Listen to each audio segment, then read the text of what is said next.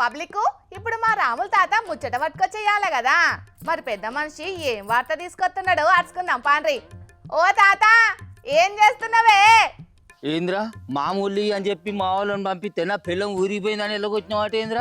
ముళ్ళు అంతా పట్టుకొని అవారింటి మీద నేనే మరి నువ్వు పీకని కించికాడు ఉన్నావా? ఏటన్నా కూలికొని ఆలికోపోయి నాకు మామూలు ఇస్తేమవుతుంది, లేకుంటే నా వెనక మర్ర తిరుగు నీకు కూలిస్తా. అరే కొమ్ముర్రా విన్ని కొమ్మురి. అరే నీదేం బలుపురా? మామూలు లేకుంటే అన్నం చెట్టు కట్టేసి కొడుతున్నావేంద్ర అయ్యా? నీ చేతులకు జట్టాలు గుట్టా.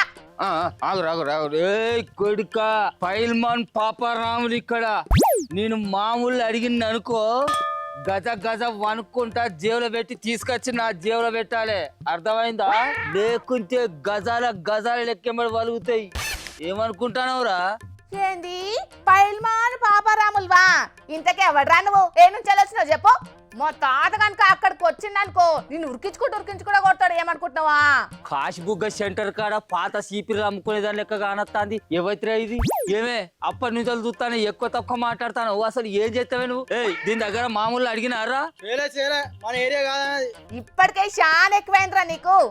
అయినా గిసంటి యాలెల్లా మా ముసలోడు ఏడికి పోయింది కావచ్చు. ఓ తాత ఎక్కడున్నావే? జల్దిన రావే. వీడెవడో ఎక్కువ చెప్తున్నాడు, జర నడుచుకుందురా. అప్పటి సంధి తాత తోక అనుకుంటా బాగా పిలుస్తాను. ఎవడే వాడు? పిల్లవాడిని నీ తాతను నిన్ను భర్త సంచలం మలిసి మూసి నదిలో బారేస్తా. ఏమనుకుంటాడు? పైల్మాన్ పాపారాములు ఇక్కడ గట్టిగా గాలెత్త కొట్టుకుపోయే పాత బట్ట పేలకలు ఎక్కున్నావు. నువ్వు నన్ను మా తాతను భర్త సంచలం మళ్తావా? మా తాతదే రాని నిన్ను పొరక చేస్తాడు చూడు. అరే ఇది బాగా ఓవర్ చేస్తారా? దీన్ని ఆ కుర్చీల నుంచే లేపేయాలరా. దీనికి వార్తలు రాసి ఇచ్చడానికి ఒకసారి ఫోన్ కలిపి నాకు నేను వాంతో మాట్లాడతా. ఏం పేరు శ్రావణ్. అరే తమ్ముడు సెవెను ఈ పొల బాగా ఎక్కువ చేస్తాందిరా తమ్ముడు. దీన్ని రేపు పొద్దుటి వరకు ఆ కుర్చీల నుంచే లేపేయాలి. నువ్వు వార్తలు రాసి ఇచ్చిన బంద్ పెడితే అది రేపటి నుంచి ఆ కుర్చీలో కూర్చోదు. వినబడుతుందా? మరి లేకుంటే తమ్ముడు నా సంగతి ఏందో ఎరికే కదా. మరి ఆ ఏరియా తీరుకుంటే ఏంటి? నేను ఎవరనేది కూడా నీకు తెలియదారా?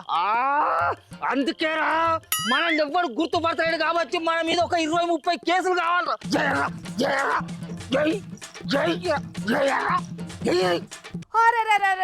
నీ చేతులకు జట్టాలు పుట్టా కదరా? నిన్ను బొందల గడ్డకు పెట్టా కదరా? నన్ను గంతగానం కొడుతున్నావేంద్రా?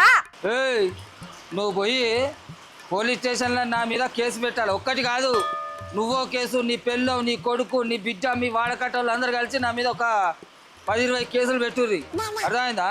పోలీస్ సార్లు వచ్చి నన్ను అరెస్ట్ చేసి తీసుకుపోతుంటే పైల్మాన్ పాపారాములు అరెస్ట్ అని టీవీలలో పేపర్లలో పుండుగా రావాలి. అన్ని కేసులు పెట్టు. వినొస్తుందా? ఓరా ఇక్కడ ఎవరు చూస్తారా? నడు. ఓరే నీకేం బలుపురా అయ్యా? మంది గుర్తుపట్టేటందుకు పేపర్లలో పేర్లు వచ్చేటందుకు కేసులు పాలవుడు ఎందుకురా అయ్యా నీకు? ఆయన వాళ్ళెవలో కేసులు పెట్టేందుకు నేనే ఫోన్ చేస్తావు పోలీసులకు.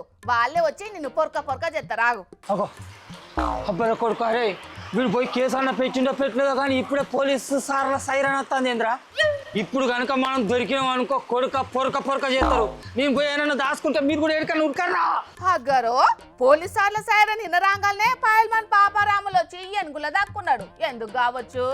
పైల్మాన్ లేదు, పాడు లేదు. నేను పాపారాములు ఏందే పాస్బాల మొక్కం దానా?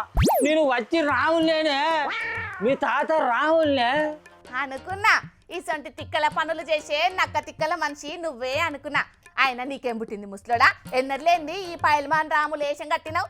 యా ఊళ్ళో నన్ను గుర్తుపడతలేడే. ఆయనను మొన్నటికి మొన్న ఆటు నెంబర్ గా పోటీ చేస్తే కనీసం 4 ఓట్లు కూడా వాళ్ళేదే. ఆయనను అదే కొట్లాటలు, కూనికోర్లు, దందాలు చేసింది అనుకో, నా మీద ఫుల్గా కేసులు అయినాయి అనుకో, మస్తుగా ఫేమస్ అయిపోతా. ఇక చిన్నగా మెల్లగా ఆటు నెంబరు, అటెంక ఎమ్మెల్యే, అటెంక ముఖ్యమంత్రి, ప్రధానమంత్రి, ఇట్లా నెమ్మరంగా ఎదుక్కుంటూ పోతా.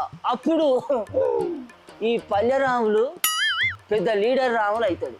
ఎవడు చెప్పిండయ్యా నీకు క్రిమినల్ బ్యాక్గ్రౌండ్ ఉంటే పదవులు చేపట్టొచ్చని?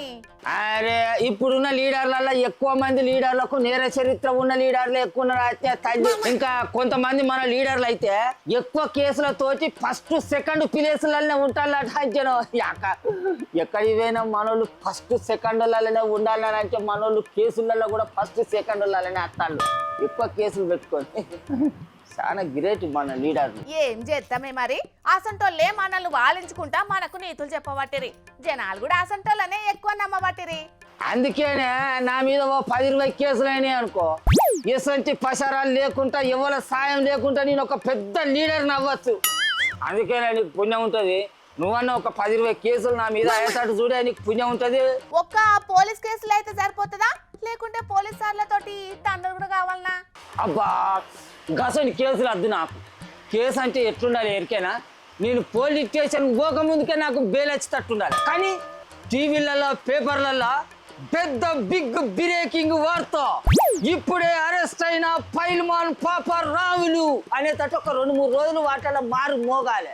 అసలు కేసులు ఏమాలంటే ఒక 2-3 పెట్టడానికి పుణ్యం దండం పెడతాం. శిషి ఆశ కద్దుండాలి, నీకు సిగ్గుండాలి ముసలోడా.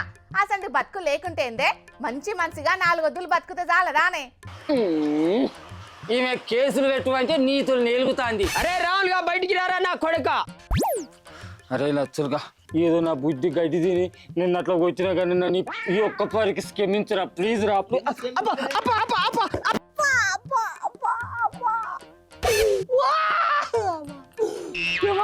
గుద్దురు కొడుకు. దేశంలో ఉన్న సీఎంలు ప్రకటించిన ఆస్తులు, క్రిమినల్ కేసుల రికార్డులను అసోసియేషన్ ఫర్ డెమోక్రటిక్ రిఫార్మ్స్ సంస్థలు రిలీజ్ చేసింది కదా.